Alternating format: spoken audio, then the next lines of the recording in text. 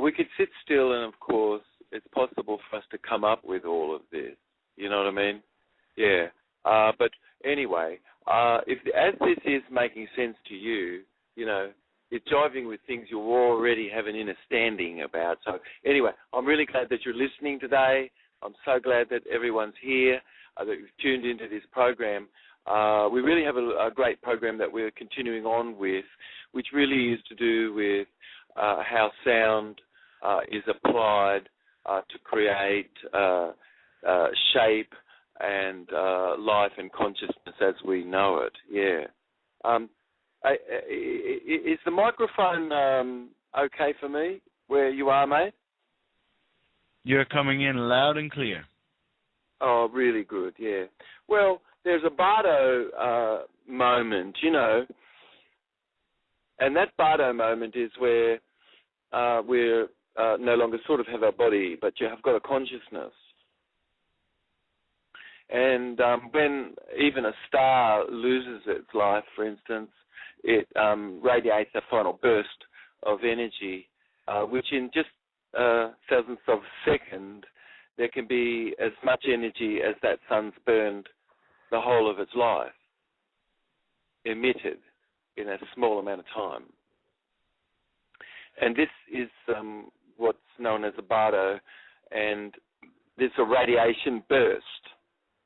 And in consciousness, as this is occurring, of course, we're connected more to all in the universe, in our consciousness. And the shaman and people in times gone by did what they could to become ever more aware of all. And the network of highways, like an internet connectedness, came about as a result of mycelial types of connections, and through the mushroom and then various funguses and things which have properties in plants, of course, which assist to help connect ever more the brainstem with the neocortex. And in moments of time that people can have been such, they can ever become ever more aware of this which we're talking about. Yes. But in this sort of Bardo state, it's sort of like a supernova event on this subatomic level. And because you really are this universe and you're made up out of colloid of life, and these colloids are biophotonic, that's within you, and we're connected to each other, ever though there seems to be space between us. And through this biophotosonic living spirit, which is an assemblage into life colloid, of course, which have, in our average intestinal tract, of course, we have more double spore and other assembled sort of symbiotic life colloid than we have in the whole of our earth garden that we're wrapped around. And then, of course, we have the total of all the cells that's combined of our body, and you could combine all the life colloid that exist in the intestinal tract. There's more in the intestinal tract than there are in the body cells, and then certainly stars that there is in this galaxy. But Atlanteans really had such a very, very deep sophistication, and I think it's possible for us during this program to ever become more aware of how amazing their intuitive and other conscious selves were, and how their conscious and other conscious self were more connected more. But this, they really did do what they could to ever put this information toward agriculture and a whole range of areas. And I think we were talking a bit about a granary where they absolutely did apply technology to enhance ionization and a greater electrical flow, and thereby having electrons stick to things and cause more antioxidants and ever more things to grow. Of course, the towers that in Ireland are example of this in the agricultural fields there, how they used and knew very much a lot about diamagnetic and paramagnetic forces. but they increased ionization, and so in our intestinal tract that you've got life colloid and you've got proper in earth garden, we have an equivalence of a powerful antioxidant environment that assists to help produce seeds which are flooded with high energy electron, but that we've been talking a bit about this previously. But certainly clean energy, really is present here in Atlantean times, and this clean energy is really how the Atlanteans left things behind a long, long time ago, before sort of course, they were eventually, of course, destroyed by cosmic impact. I-aware, you really are as this living spirit sort of is perceiving. And as you perceive, you've got this beautiful shoreless ocean behind the back of your eyes. And you have this is sort of like a field of the primordial water waves of just unformed harmonics. And I am excite such scene waves, that such waves sort of pass through these twin gates of the clavicle and form Fibonacci fractals and spirals of energy that are directed upwards and are stepped up by our vertebrae to the cranium. And then our eyes open to insight, what's, far more important about than the structure of matter, and really is expanding the definition of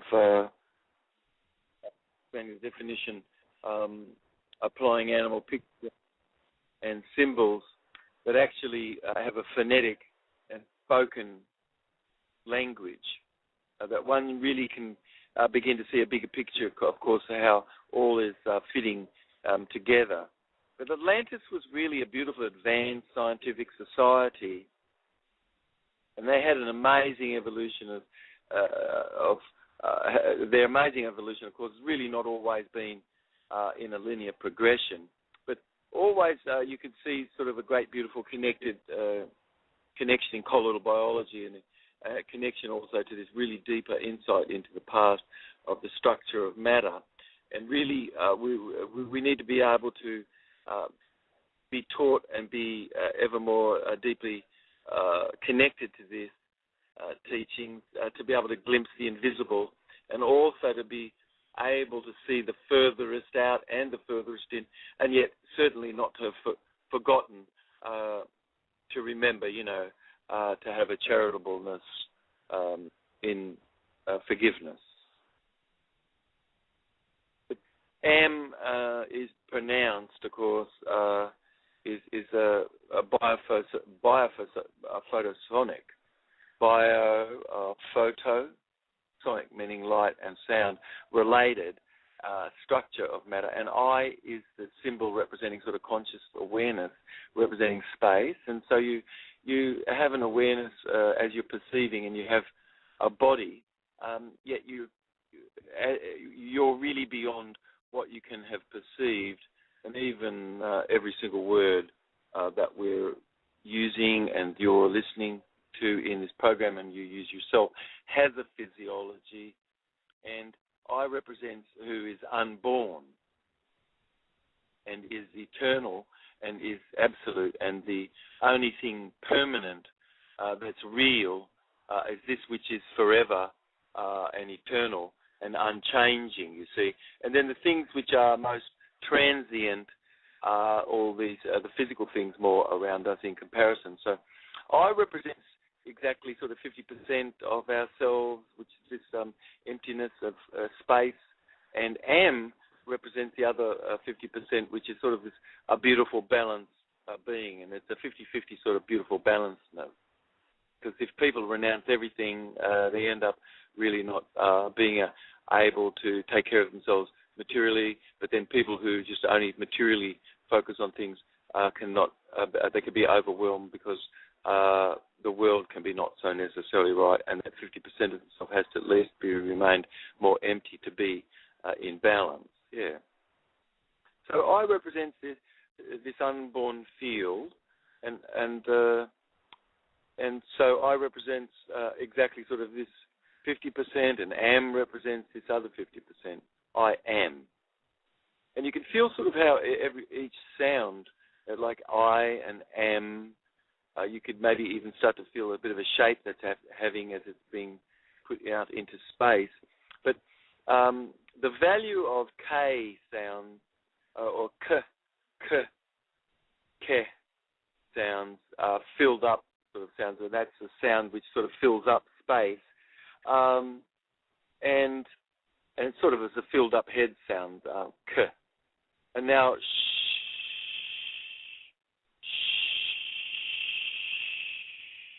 is a very protective skin sound, and sounds can be flicked out like P, D, F, and T. They're flicked out sorts of sounds, and they're more explosive. And then you have implosive types of sounds in some languages, like the Icelandic certainly have some ways of pronouncing things where there's more a deeper sort of inhalation in the sound. Yes.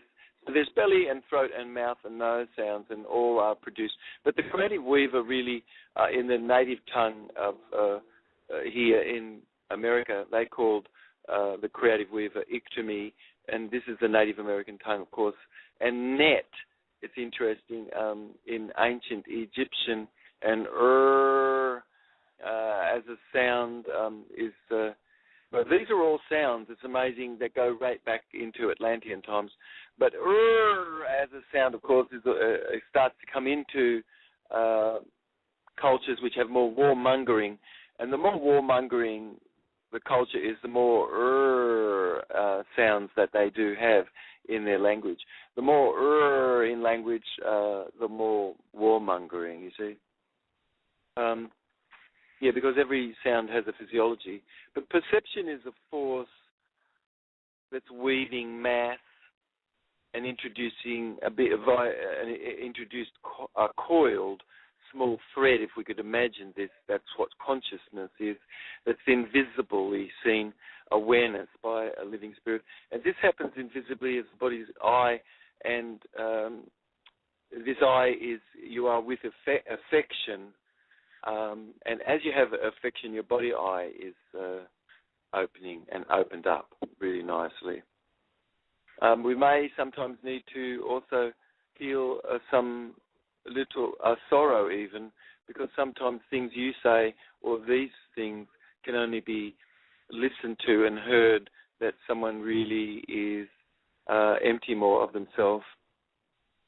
But the sensory perception that's applying intention and judgment, and this is by a coiled thread that occurs photosonically, by an integrated intention you have. And Fibonacci fractals, so for instance, white and black balls falling randomly, the white balls can all go more to one side and the black balls more to other, just by having someone stand in front of these falling balls. They can affect the outcome of the way their random computer has these balls fall. And there's lots of experiments that do show this. But Fibonacci fractals have circle shapes as the dream catchers ever become more compressed and drawn up with sounds like ke. And by consciousness, the frequency is faster. The cosmic photon is traveling through and into infinity. The smaller and more circular are these sort of Fibonacci fractal spaces in the dream catcher, and until you're at a level of infinity inside, and no acceleration is felt at this point. And as your eye, there's no need for anything, you see, to be present there. Seeing, seemingly, anything, even your felt connectedness, you could. It seems like you're not connected, but there is a very, very deep connection on this level. It all is really one connected whole on this level of this water, and like you're just accepting the sun and the moon are holding on up there, in the sky, and they don't seem to fall down. and you can know that something invisible really exists that's powerful enough to sort of hold the sun and the moon certainly up in the sky, and this is very strong force that's invisible, so the sun and the moon don't fall down. But the very, very, very heaviest metal, like mercury, for instance, or some very deep heavy metal, if it was made into an egg shape, it could be floated just by water spinning, that's all. But the shape of itself floats it, which is sort of a gravitational types of phenomenon that we're getting into. But cross-disciplinary seeing really is genius. And eye awareness is this beautiful scientific agreement, of course, of mass bending time. And the living spirit's life is vibrating much faster than a celestial orb's larger body like a planet. And a larger body really in consciousness has time, or more sort of practically even stopping more for itself in relation to us. But knowing for itself as the universe itself does, even as the life colloid itself, all this occurs as a result of scalar inside self. And this is of a primordial water, which passes right through everything, which everything is composed of. And these scalar waves help cause the shaping of this primordial water, and sound assists to help us create this, and is ever part of consciousness through the motor movements that are used to create the sounds.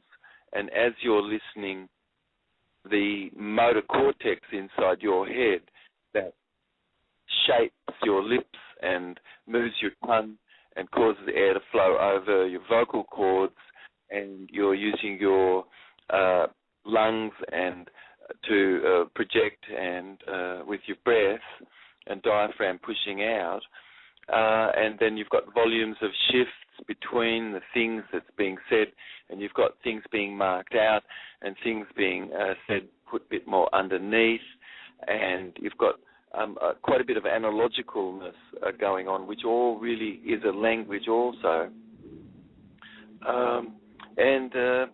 So eye goes even through this penetrating very easily. Of course, a Faraday cage, and even Faraday cages put in Faraday cages still has this message go right through into it. So it's not even there on this level. If you could imagine this, it's gone right through, and it's so small, it passes right through everything on the earth, and you can miss everything, at least that we could look around and see, by 6 miles or more, you see, and hasn't touched a single thing pass right through the earth. But all you could see, if you looked out, you would see perhaps in the light a bit of blue sky, maybe some light perhaps, but close by you might see cloud floating occasionally. But what you really is made up of this sort of primal building block of very larger objects that we can see around us, and just uniquely expressed, that's all, in graded scale, enabling us to have a body, and even as a cell, and yet have awareness as I of all the universe flowing, inside self, now once and for all time, and for us sort of really to be more aware of this. But we're sort of really living in a random universe, and that certainly is of non-random results. And Atlantean Toltecs explain in story form, of course, this formulating of matter in quantum terms, where there's sort of no acceleratedness, just this bardo of I, masslessness,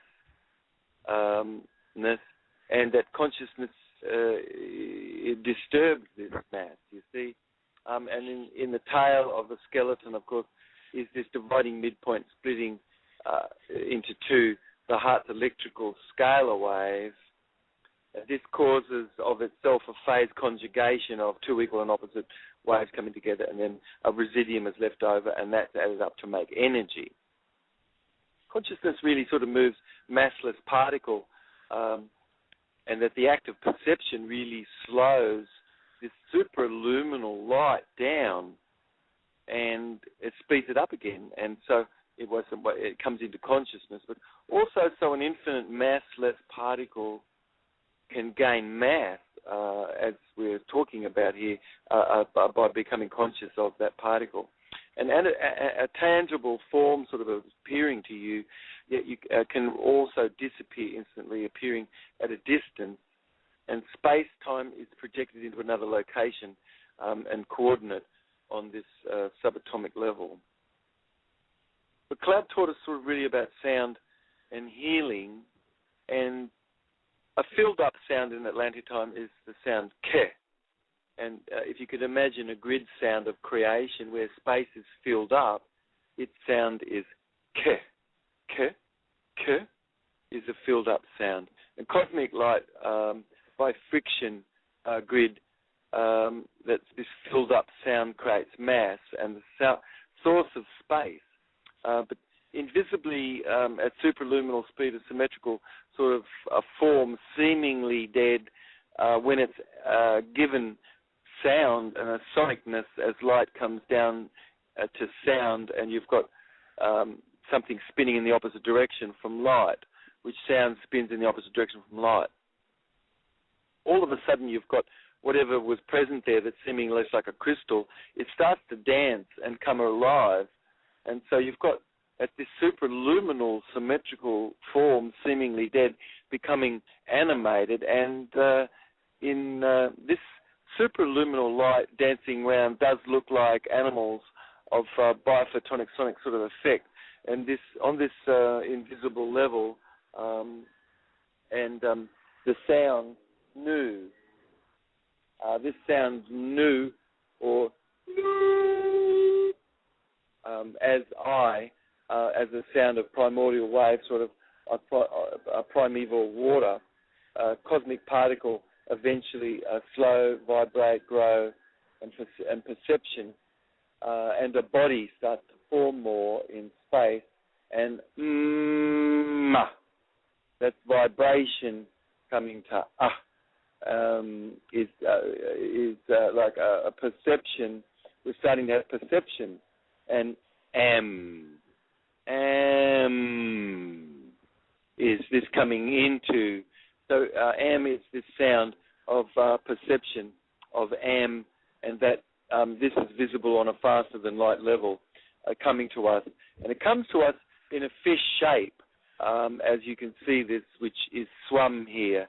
And I'd really love for our viewers that are tuning in to our program and listening now to see themselves observing a fish go straight up a waterfall through the water, and it went up as fast as the water was falling down, and it popped up when it was going so high at the top of the waterfall, you see.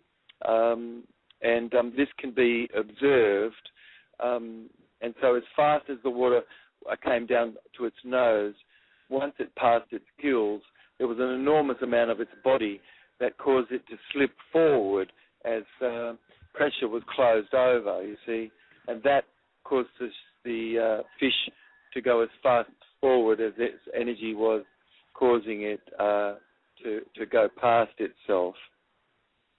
And so consciousness moves a massless particle that is acted on by perception, and what's random becomes more non-random in this quantum terms, and no acceleratedness of this bardo. And of course, in the tail of the skeleton, we have this splitting of into the two Hertz electrical scalar waves, and we have energy provided that comes into projectedness with our voice electrically and ionization. And this eye awareness, of course, is beyond the senses, and this ancient sound nu represented this primal unformed strings of water, and the superluminal ocean of empty space, or super fast sort of particle is captured by perception, and this shape of this fish is swum here, weightless, and is the sound of an.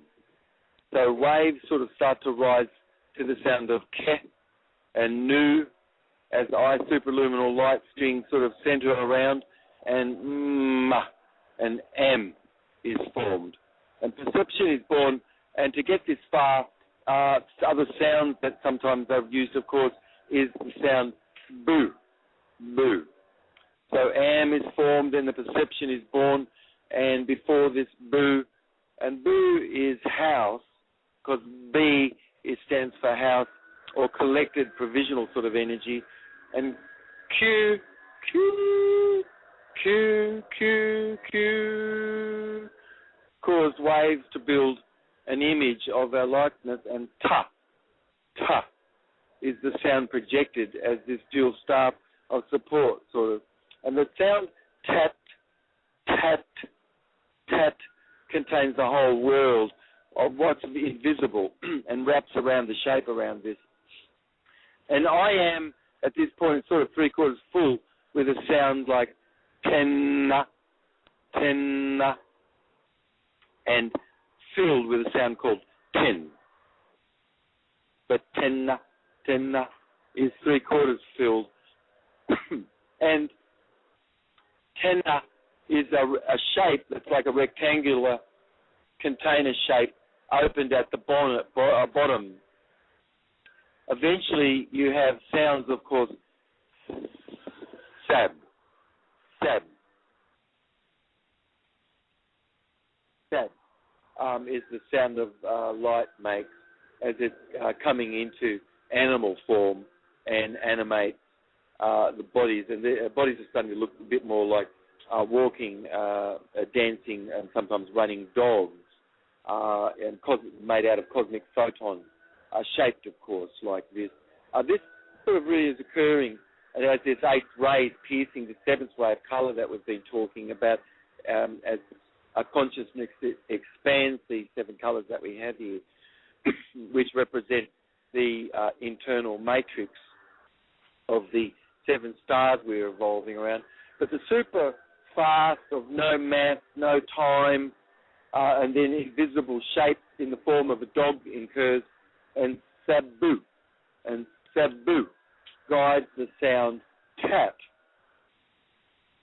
And we can only the way in the sound and the shape that's coming to us comes again the first into consciousness of I am, we can see is ma. And that slows down and instantaneously gains size and weight. And given the right environment, of course, am is forwarded to perception, and comes first, as we said, in the shape of this sort of flying fish. But perception really, you could say, is photosonic, and sound heard as centers itself to vibrate sort of around nu, and nu ma, and I am. And nu ma is ancient old Atlantean for I am. And a body sort of starts to form of primordial strings, but until a mass of this cosmic photon, cosmic photosonic water comes into form with the sound nut made. You've got water around this, you see, nut. This is the sound nut, which the ancient ones made, where nut comes from, and then ma and am gets underway, and awareness of I am, which is the deepest form. The sound ma continues to build the body of am, and the tetrachromatic Cro-Magnons could easily examine the sound mat as a threshold order at this point, and the seer easily could perceive a veil being lifted. They pierce this veil and actually see twilight zone of a long ago dimension. Are you there, Lucy? I'm right here. Okay, mate. Just a little more on our program.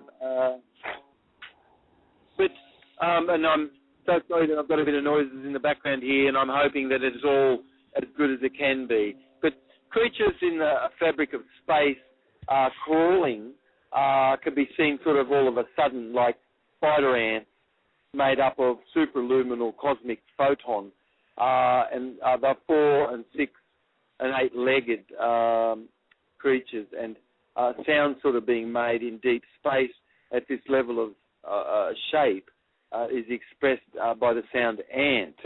So the Atlanteans would go ant. So they an ant and A was like I, and N is vibration, and T is where the sound is finishing as an exoskeleton, and ant is the sound that creates this shape in space. But a receptivity has grown so much that perception as I am flows from its stateless, non-accelerated infinite being and vibrates and grows, and what arrives to us quickly or first shape of skeleton internally with flesh around it, as you and I are, and it's a flying called Nummo. Nummo. To finally sort of have this total sort of understanding as am is how you really know and have the capacity sort of to make an instrument and this sort of thing. But even otters and insects certainly do make instruments. The bees even make instruments. But the structure of matter to Atlanteans was given phonetically and in glyph and had glyph values. And the Native Americans applied glyphs as in squares and patterns and triangles and grids and half moons and then animal shapes and things as well. And these had a hierarchy of logical typing of relatedness, of course, to all. And the sound of amma was the sound of what was needing to be done. And knowledge of this invisible order was auditorily uttered by the Atlanteans in their tongue with Amen. Amen. So it's amazing that a lot of these sounds and everything certainly are in English. Amen. So reiterating some of this process, ke, filled up space, nu forms a home in the sound, bu is where the bending is and is growth. Is growth. Comes to is the sound emanating from an enclosure, and is you standing up. It's a standing up sound. And the wave halved and encircled by the clavicle bone happens by the sound of kit, tit, and then the sound kit to tat, kit, tat, kit, tat is the sound made from your hip bone going up to your head. So the hip bone makes a kit sound and your head makes a tat. So it goes kit, tat. And this sound is made of your head, of course, in the chambered room. And as an energy was 3/4 full, the sound would be tenna, tenna, and a filled up sound then would be tin, tin. And the ancient ones totally could tune into and listen to a voice and hear all these sounds being expressed. But if you pronounce the n of 10, that splits the sound. So let's hear it.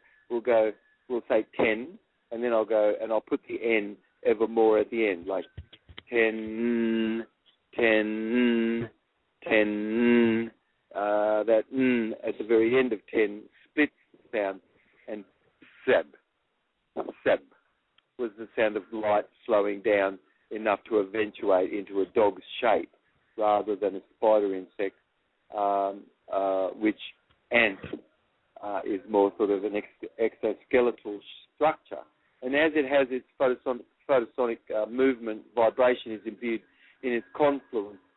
There's a multiple of vibration, which this is what life is, and a body grows as it slows. And all is passed down of the structure of matter that initiates and develops this very beautiful deep awareness of this fourth dimension long lost, that, right-handedness that's become so dominated on the earth, decimated whole brain functioning by the way that children are trained. But a very serious loss and corruption of, so all that's been left really in this convention is just a shade, really, of its former self, and if we could just finish up a little, Atlantean tongue. Are you there, Lukey? Yeah, mate. Yep, beauty, mate. Atlantean tongue for subject, or the word what, was umpt, hermit, and so it's like what, and then when in their tongue, which also meant time in Atlantean tongue, and in English we say when, and they would say uem. So it's uemt and uem. Uemt, uem. Uemt, uem. Uemt, uem. And one is what and the other is when. And these are the sounds when they're combined in Atlantean tongue. They taught the natives, Cloud taught that this is the sound of a revolution of a star. So it would go like what when, what when, what when, what when, or when.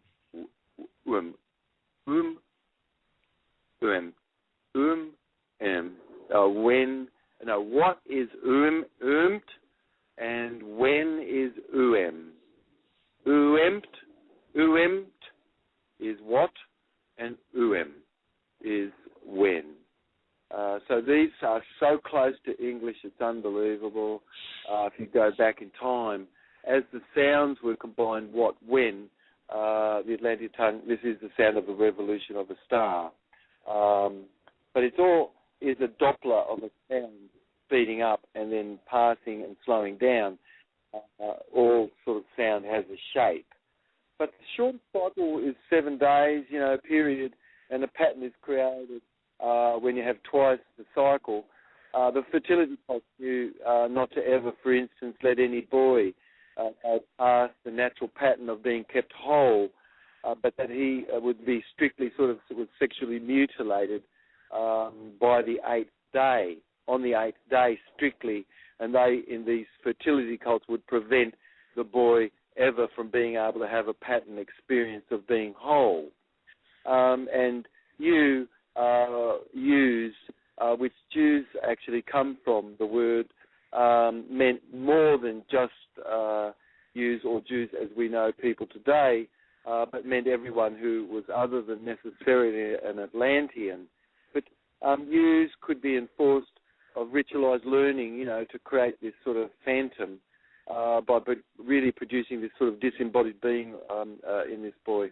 But he could be fully man-aged to do menial task, and because this was really not an Atlantean practice at all, anyone who did this really was called them or you, which is derived to Jew during the Greek times. And Y, of course, is the symbol. U is the Y, and is the symbol of the sound of the Atlantic tongue that represented the fertility cults, and of course also the word yoni, and all practice sort of fertility cult religions. Typically, in the past, were all called by the Atlanteans U's. You see, U or U, and YOU, or just the letter U, you see, or the letter Y. embodiedness somewhat without a body. Yeah. So anyway, I think as we go, we're learning more about the culture a bit, how things have come to be where they are. You'll be very surprised that sounds we hear and listen to today in English can go back, and back then, 3,500 years ago, you could really pick up a lot about what people were saying, and certainly you'd become aware of a very, very deep sophistication in consciousness. Anyway, this is Dr. David Jubb. This is the Universe Inside Our Mind. Stay tuned for some more exciting shows and some information more coming up in this series. And love to you, Lukey, and look forward for us to catch up to each other in a future show here. Love to you, mate. Thank you. Booyah Chichayo. Booyah Chichayo. Booyah Yo. May we all fly like eagles.